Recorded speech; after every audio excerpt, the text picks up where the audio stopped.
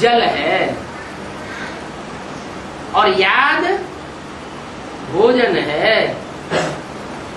ताकत जल में ज्यादा होती है या भोजन में ज्यादा ताकत होती है?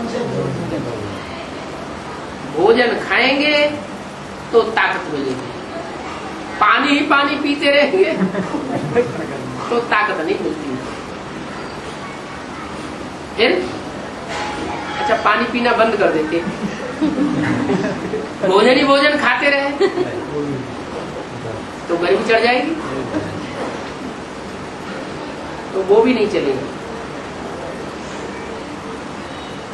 बैलेंस रखना, भोजन भी लेना, याद में भी रहना और साथ साथ ज्ञान का जल भी ग्रहण करना। लेकिन जल को प्रिय महत्व इतना नहीं देना कि बस ज्ञान ही सब कुछ है। नहीं, ज्ञान भी सब कुछ नहीं है, ज्ञान की दूसरों की सेवा करना भी सब कुछ नहीं है, और ज्ञान की जो धारणा की और दूसरों को कराई वो भी सब कुछ नहीं है। तीनों सब्जेक्ट में अगर कोई फेल भी हो जाता है, लेकिन याद की सब्जेक्ट में अगर परसेंटेज सबसे जास्ती चली जाती है तो अंत में रिजल्ट क्या निकलेगा? पास या फेल? पास कहा जाएगा।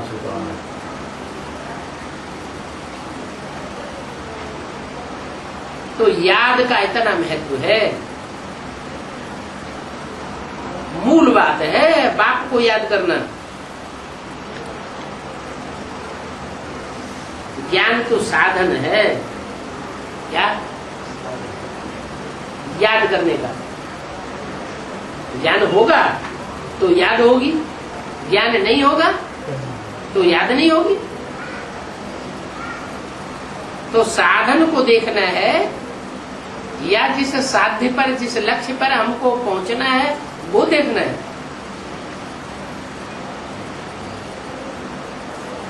साधन साधन है और साध्य साध्य है। लक्ष्य होगा तो लक्षण आ गई। तो बाप को याद करने की मुख्य बात, और दूसरी बात षष्ठी चक्र को याद करना, ये हो गया ज्ञान।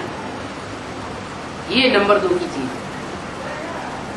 पहला प्रियरिटी याद के सब्जेक्ट को और दूसरा ज्ञान।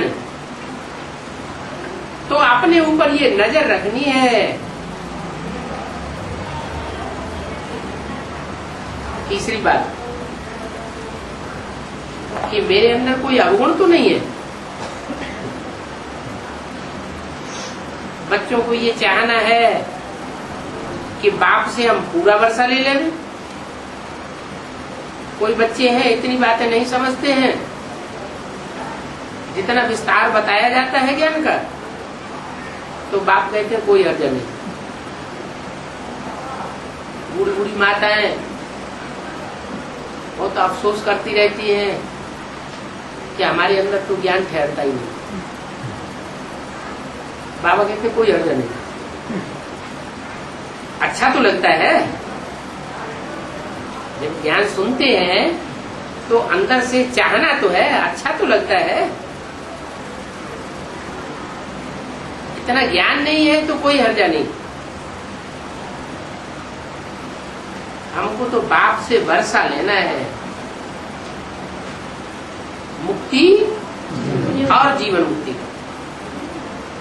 तो पहले पहले ये निश्चय होना चाहिए कि जिससे वर्षा लेना है उसको हमने पहचान लिया।